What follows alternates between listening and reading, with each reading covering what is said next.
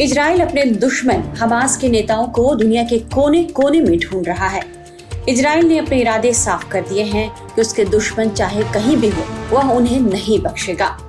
कुछ ही दिन पहले इजरायली रक्षा बलों के जनरल स्टाफ प्रमुख इयाल जमीर ने विदेशों में छिपे हमास के नेताओं को निशाना बनाने की कसम खाई थी। इयाल जमीर ने 31 अगस्त को कहा था कि हमास का ज्यादातर नेतृत्व विदेश में है और हम उन तक भी पहुंचेंगे। इसी कड़ी में इजराइल ने कतर पर हमला भी किया। इजराइल ने 9 सितंबर को कतर में हमास नेताओं पर हमला करके अपना इरादा पुख्ता कर दिया है कि वो अपने दुश्मनों को कहीं भी नहीं बख्शेगा।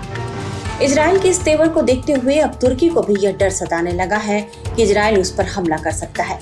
तुर्की के रक्षा मंत्रालय ने कहा है कि उसे डर है कि इजराइल का अगला हमला तुर्की पर हो सकता है। दरअसल गाजा युद्ध शुरू होने के बाद से कतर वो छठा मुस्लिम देश है जिस पर इजराइल ने हमले किए हैं। बाकी देशों में फिलिस्तीन, लेबनान, सीरिया, यमन और ईरान शामिल है। तुर्की के डर की वजह यह है कि इजराइल का यह मानना रहा है कि हमास की लीडरशिप को वहां शरण मिलती रही है। इजराइल का लंबे समय से तुर्की पर यह आरोप भी है कि वह हमास को न केवल शरण देता है बल्कि पैसों से मदद करता है और अपना वैचारिक समर्थन भी देता है। तुर्की के राष्ट्रपति रेचेप तैयप एर्दोगन ने खुलकर हमास का समर्थन भी किया है। अक्टूबर 2023 में इजराइल पर हमास के हमले के बाद से तुर्की ने खुलकर हमास का साथ दिया। राष्ट्रपति एर्दोगन ने इजराइल के विनाश की दुआ तक मांग ली। एर्दोगन ने हमास को स्वतंत्रता के लिए लड़ने वाला संगठन बताया और इसके बाद ही दोनों देशों ने अपने राजनयिकों को वापस बुला लिया। तुर्की ने इजराइल के साथ कारोबार रोक दिया और इंटरनेशनल कोर्ट में चलने वाले इजराइल के खिलाफ कार्रवाई में तुर्की भी शामिल हो गया। तुर्की और इजराइल के रिश्ते एक वक्त काफी मजबूत हुआ करते थे। 1949 में तुर्की इस्लामिक दुनिया का पहला देश था जिसने इजराइल को मान्यता दी और उसके बाद लंबे समय तक दोनों देशों में सुरक्षा और सहयोग चलता रहा।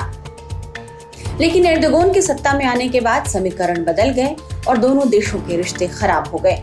2009 में दावोस सम्मेलन में एर्दोगन ने गाजा युद्ध को लेकर इजराइल पर तीखे हमले किए और 2010 में मावी मरमरा जहाज घटना के बाद दोनों देशों के बीच गहरी दरार पड़ गई।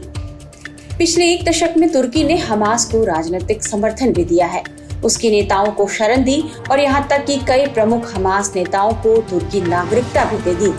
यही कारण है कि तुर्की को अब इजराइल के हमले की चिंता सता रही है। देखना होगा कि क्या वाकई इजराइल अब तुर्की पर भी हमला करने की तैयारी कर रहा है।